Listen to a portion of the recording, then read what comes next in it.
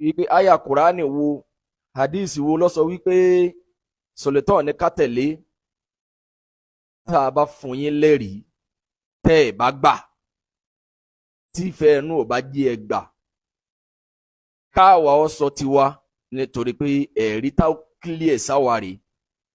kẹ́yìn má wàá gbà kálukú wa náà lájọ jábọ̀ fọlọ́ níjọ́ tí ó dàrú mọ́ yín lọ́wọ́ tẹ́ béèrè ẹ̀rí ṣèbí wọ́n fún yín lẹ́rìí níjọ́ tẹ́ béèrè ẹ̀rí ṣèbí wọn ò dákẹ́ wọ́n ṣàlàyé ẹ̀ ǹjẹ́ ẹ gbà. sápọ́nà bẹ́ẹ̀ mi ti come across fídíò yẹn lánàá àyà Kùránì tó wá sí mi lórí tí mo sọ fáwọn èèyàn tájọ dúngbà tájọ wò náà pé níbo làáfàá yìí fi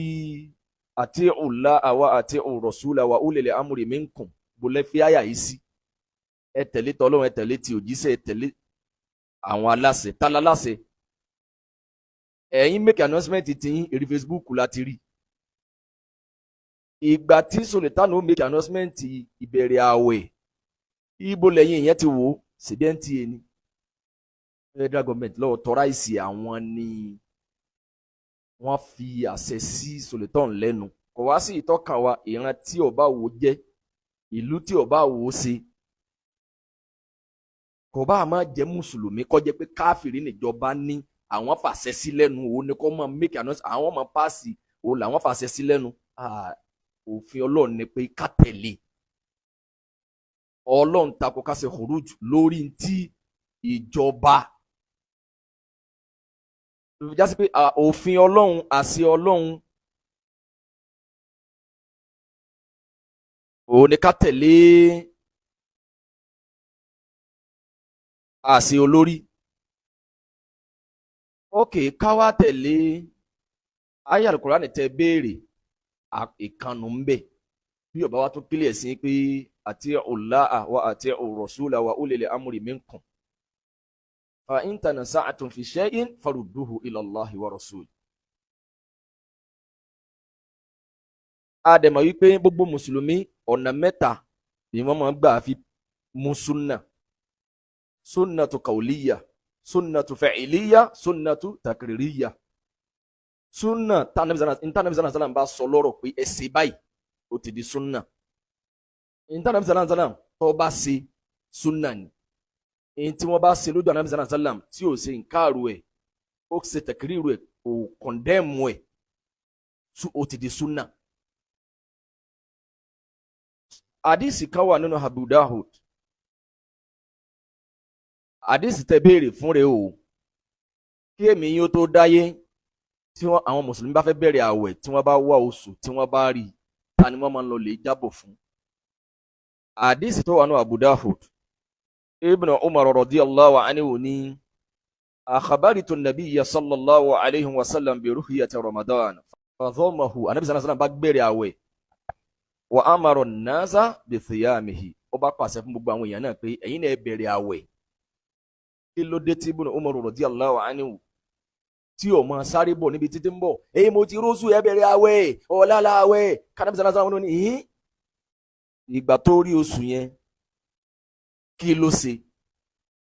ọlọ́ba nàbí wa Muhammad sallallahu alayhi wa sallam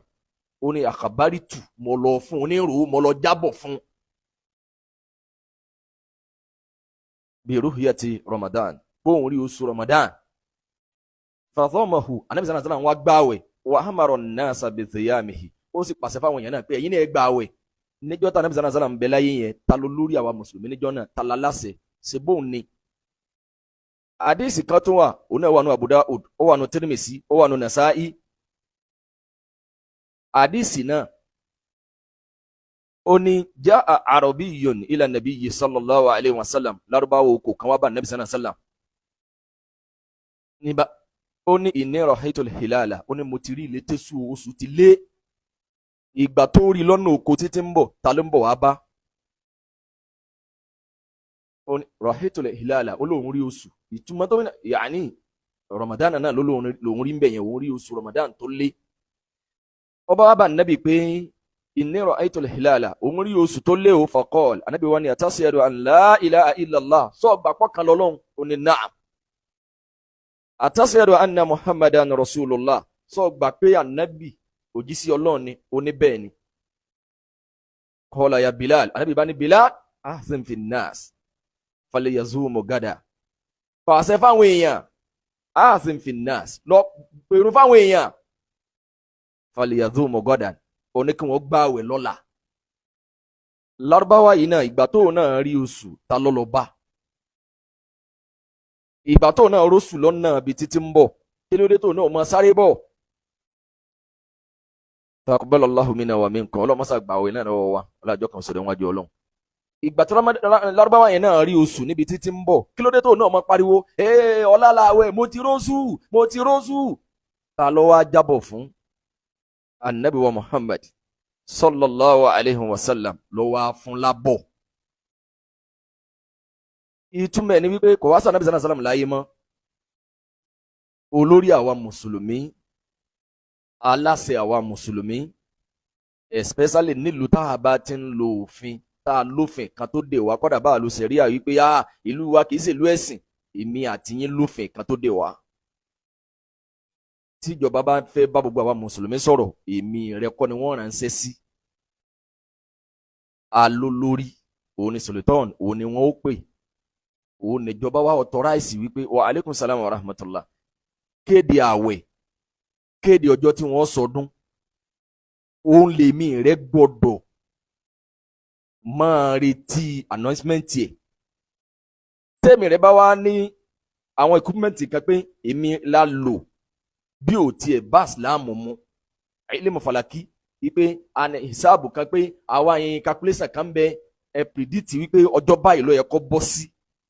Tẹ́ ẹ bá ní mọ̀ràn, tẹ́ ẹ bá láǹfààní láti lè bá Sultan sọ̀rọ̀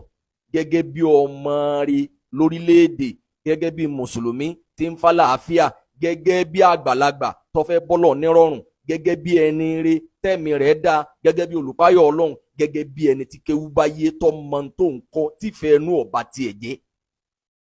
Gbogbo ń tẹ́ ẹ bá lò pátá, tá a bá yiri ẹ̀ wò lábẹ́ ẹ̀sìn wípé òfin ẹ̀sìn wa ni pé ká tó bẹ̀rẹ̀ àwẹ̀, bàbá sínú àwẹ̀, níta Ànábì sallallahu alaihi wasallam sọ pé zumu li ruhuyatihi wa haftiru li ruhuyatihi, ẹ rí i pé ẹ wá oṣù, ẹ rí kẹ́ tó bẹ̀rẹ̀ àwẹ̀, ẹ wá rí wípé ẹ rí oṣù kẹ́ tó sínú àwẹ̀, kẹ́ tó sọdún. Tí kùrukùru bá wá bojú sánmọ̀ tẹ́ ẹ rí oṣù, ẹ ka Ṣàbán kó pé 30, ẹ bẹ̀rẹ̀ àwẹ̀.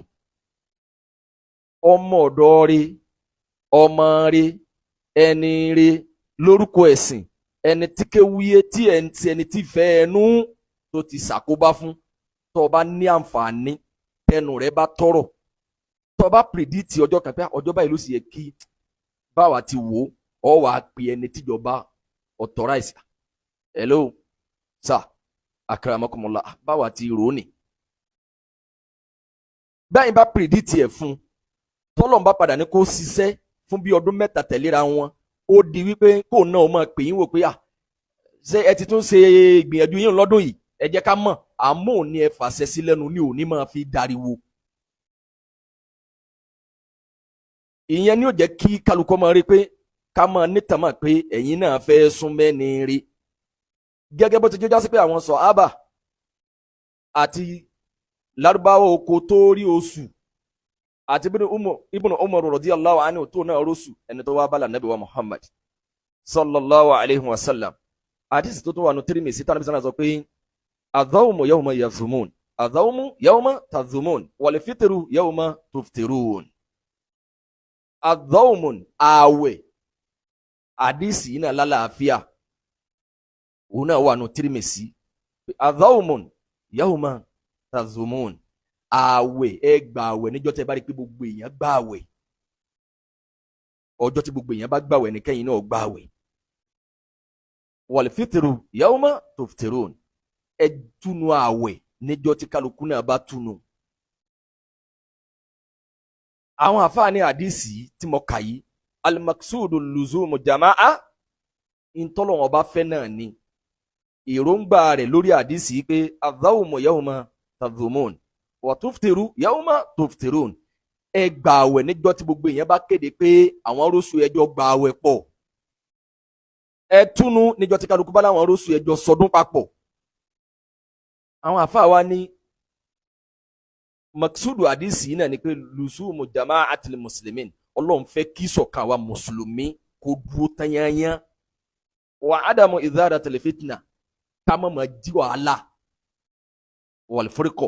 ìpín yẹlẹyẹlẹ ìjí wàhálà ìdàlúrú ni kéèyàn máa make announcement before sultan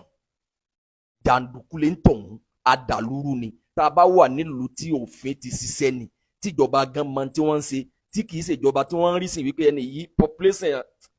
tẹni yìí náà ní àbí popularity tẹni yìí náà ní ẹni yìí ní followers àwọn lè gé ní party àwọn lè gé ní followers láti lè fi dìbò ẹni tó yẹ kí wọ́n arrest ni